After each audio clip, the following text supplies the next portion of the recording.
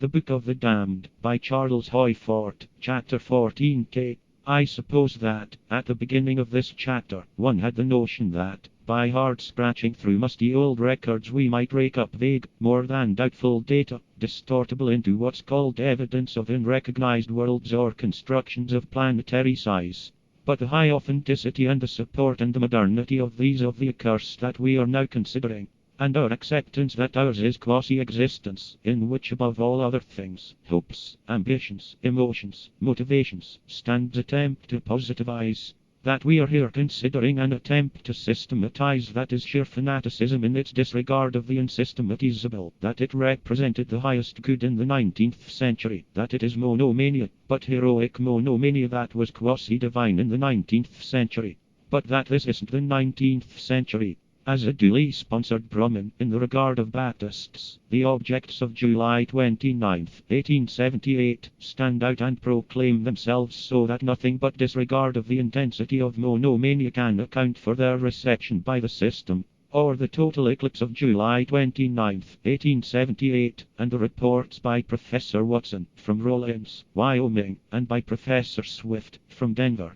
Colorado, that they had seen two shining objects at a considerable distance from the sun.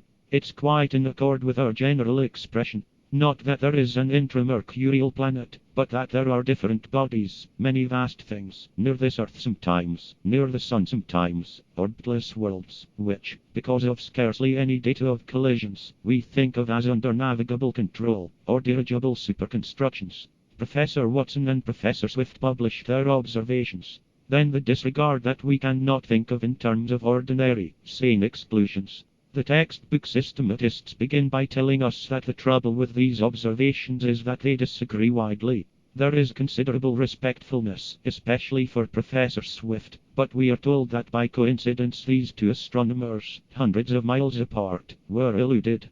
Their observations were so different. Professor Swift, Nature, September 19, 1878.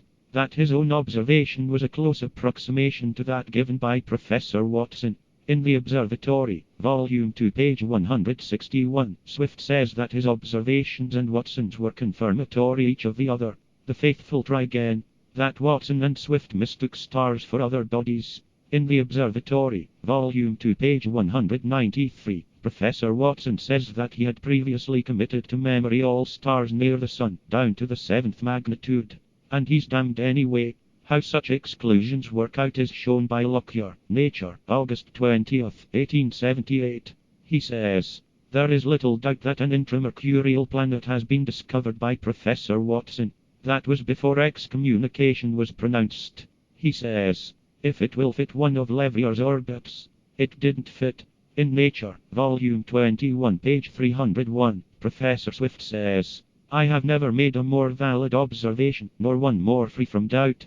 He's damned anyway. We shall have some data that will not live up to most rigorous requirements, but if anyone would like to read how carefully and minutely these two sets of observations were made, see Professor Swift's detailed description in the American Journal of Science, Volume 116, page 313, and the technicalities of Professor Watson's observations in Monthly Notices, Volume 38, page 525.